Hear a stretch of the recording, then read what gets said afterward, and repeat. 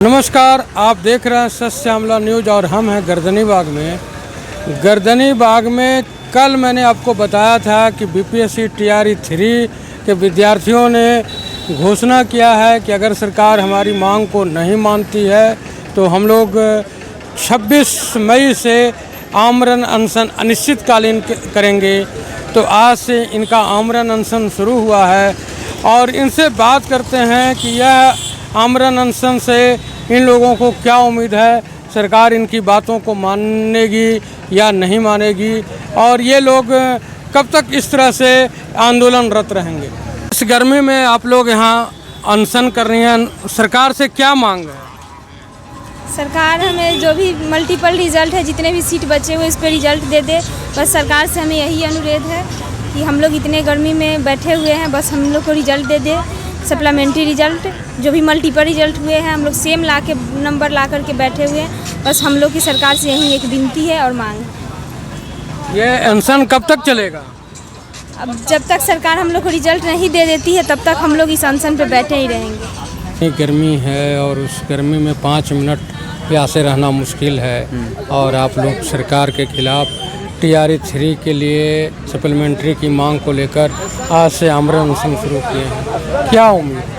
देखिए, उम्मीद सरकार से बहुत है, उम्मीद करने लायक सरकार है, इसलिए हम इससे उम्मीद कर रहे हैं। काहे कि इन्हीं के शासनकाल में इतना ज़्यादा रोजगार आया है और रोजगार मतलब नीतीश सरकार, ये हर जगह बैनर पे आपको दिख जाएगा।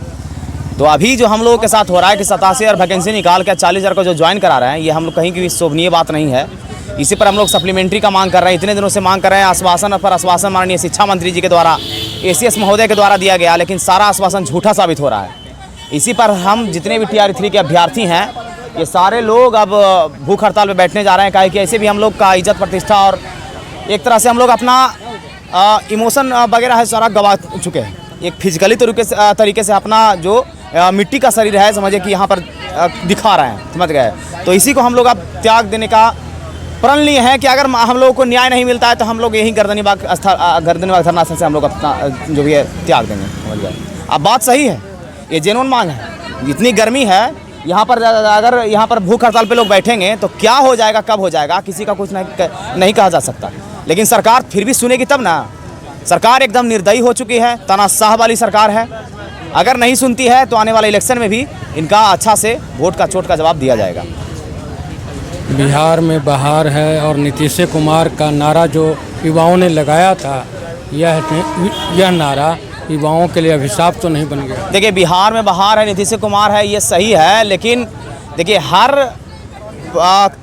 नहीं है कि सब जगह विकास नहीं हुआ है। कहीं कहीं जगह पर विकास भी हुआ है, लेकिन हम लोगों के साथ मुद्दा, हम कोई नेता वगैरह नहीं है कि हर मुद्दा पे बात करेंगे। हमारा अपना मांग है सप्लीमेंट्री रिजल्ट के लिए, टीआरई 3 सप्लीमेंट्री रिजल्ट के लिए हमारा अपना मांग है। इसी पर हम बोलना चाहते हैं कि इसमें बहार नहीं है।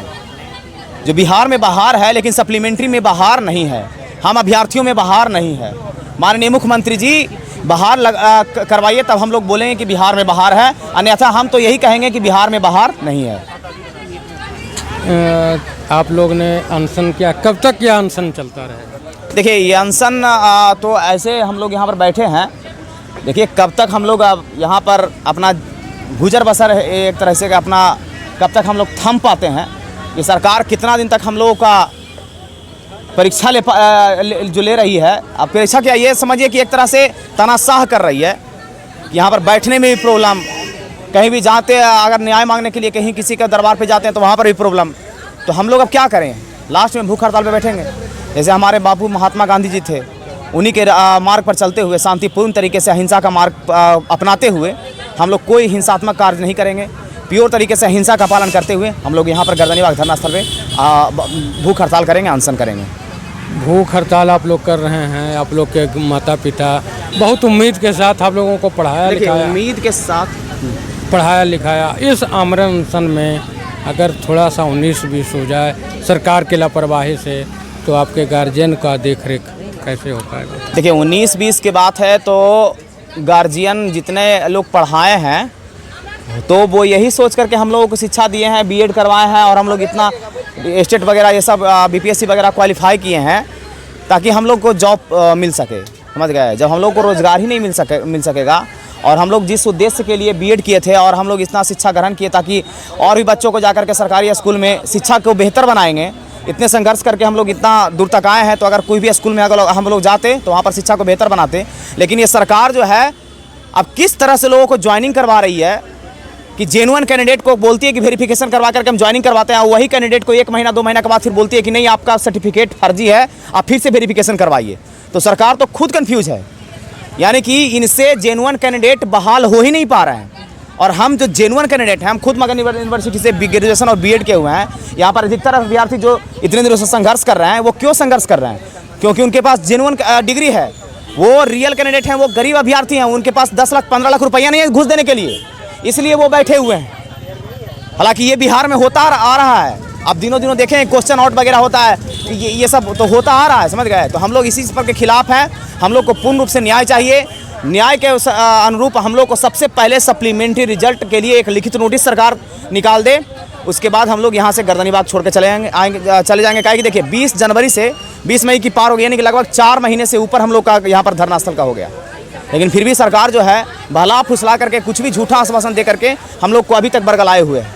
लेकिन अब हम लोग रुकने वाले नहीं हैं। जो भी बन सकेगा हम लोग अपने ही प्राण को आहुति दे करके काम करेंगे। कहाँ से हैं? हम नालंदा जिला से हैं। नालंदा में? हाँ, नालंदा से हम हरनौते से हैं, नीतीश कुमार के बगल से हम हैं, लेकिन फिर भी हमारे साथ ही है, समझ गए।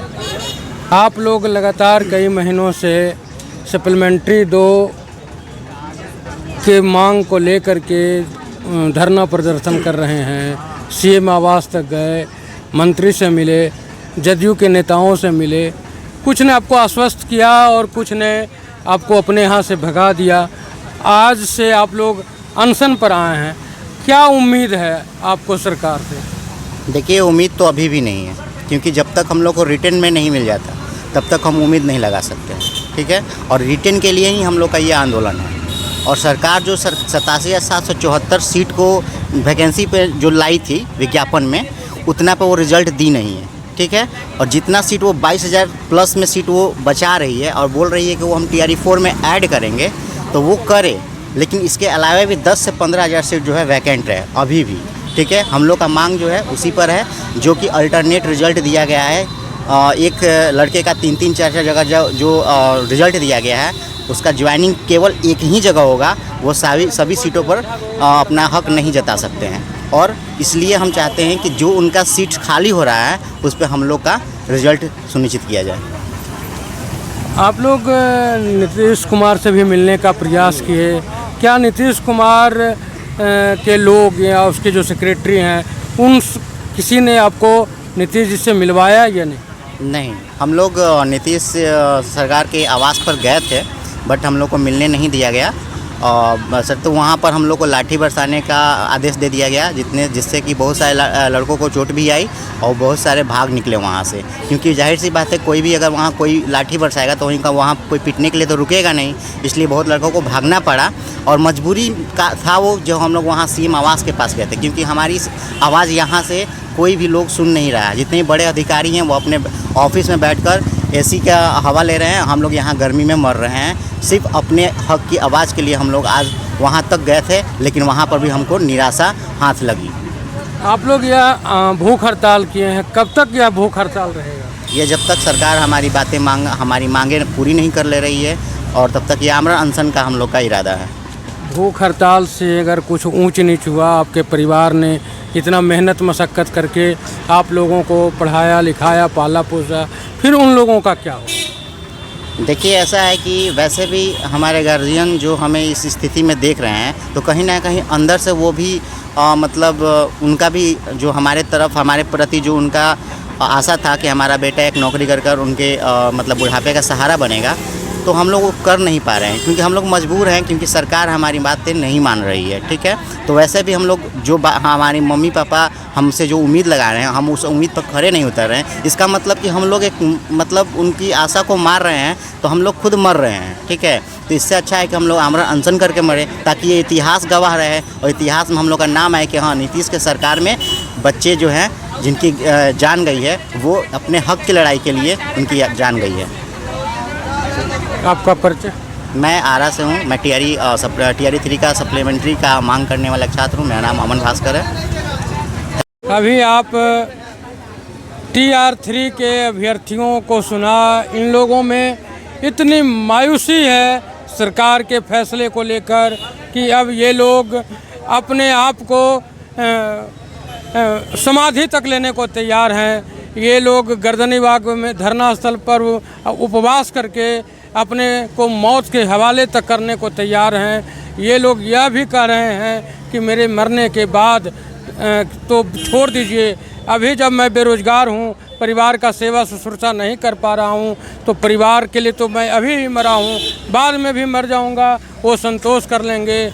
कैसे बिहार के सुशासन बाबू पर युवा विश्वास करे और कैसे आगे इनकी बातों को माने। आप लोग TR3 अभ्यर्थियों के समाचार को जानने के लिए, अपडेट रहने के लिए हमारे साथ बने रहें। धन्यवाद।